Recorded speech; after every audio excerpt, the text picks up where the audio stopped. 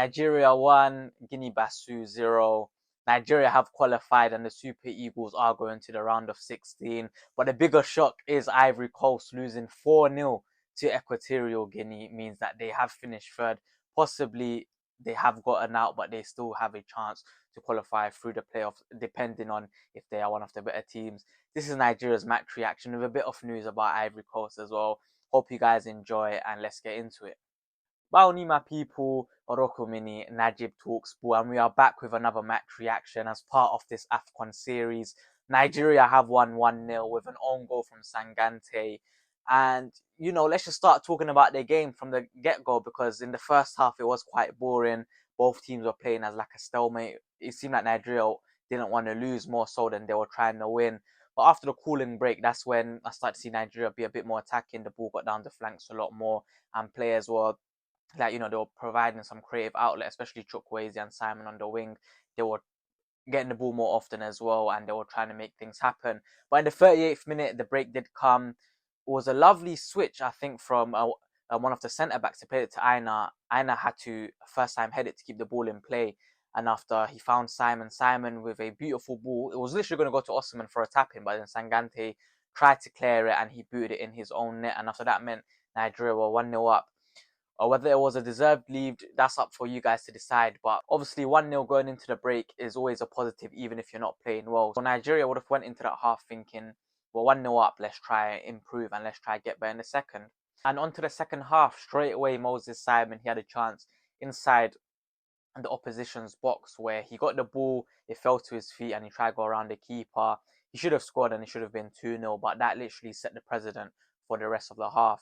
And then around the 58th, 59th minute, Osman had the ball in the back of the net, but it was deemed offside. But earlier in the build-up, Calvin Bassey did get fouled in the penalty box, and for me, that should have been a penalty. I don't know what this referee was doing because he had a few questionable decisions. It's almost like she didn't want Nigeria to win or something. But as we fast forward into like the 80th minute, Guinea Bissau had a chance, and I think it was a substitute of his striker. His name is Ju. He got the ball in the back of the net with a very good finish. Like, it was just outside the box. He put as much power as he can, and he beat Nwabali. But again, the goal was ruled offside. What happens 2 minutes later? Nigeria score again, offside. The ball is played into the channel to Osman. Osman shoots and it's saved by the keeper, and Sanusi is there literally just to tap it in. But the linesman did give offside, and also VAR checked it. But like, the ball was initially played to Lukman, but Lukman didn't even go anywhere near the ball. Osman got the ball, he shot obviously, but they obviously thought that because the ball was initially played to Lukman, even though he was nowhere near it, it was offside. So to be honest, Nigeria should have won again 2 or 3-0. It was in like the first game. They had a few chances, but they're just not being clinical. And if Nigeria want to have a chance to go to the far rounds and even win it, as their coach has said, their forwards need to step up, because the defense has been decent, their midfield has been decent, and their keeper has been solid.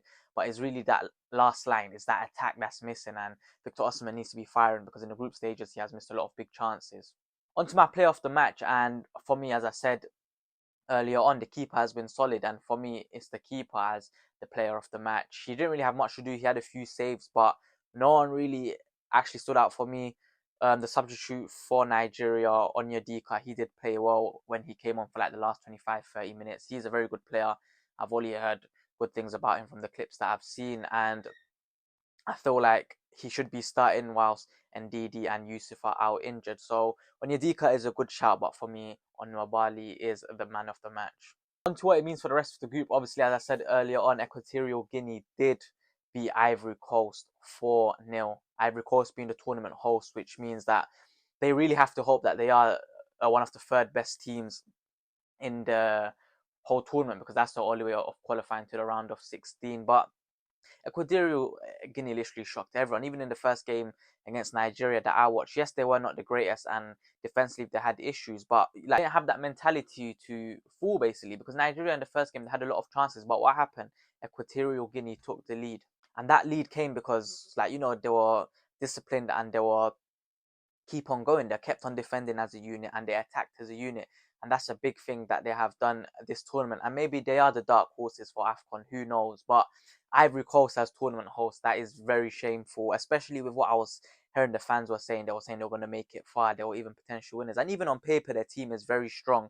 So them getting out in the early rounds is concerning, not only for the manager and the players, but mainly for the fans, because obviously you're seeing like that talent on the pitch and you're thinking, alright, cool. At the minimum, we should be getting semis, especially with us having like the host of the AFCON. We will have our home nation always supporting every single game, and now they're out. So if they are lucky, they can be one of the third best teams of the groups, and they can still qualify for the round of 16, but it's looking bleak. Anyways, that was my match reaction for the Nigeria versus Guinea-Bissau game. The Super Eagles have qualified, so that means the series will continue. We'll be doing the round of 16 stuff. If they make it to the quarters, the quarter stuff. If they make it to the semis, the semi stuff. And if they make it to the final and hopefully win it, you will see the content from the final. Be sure to like, subscribe, and share the video to your mates. I was Najib Talks Ball, and I'm out. Peace.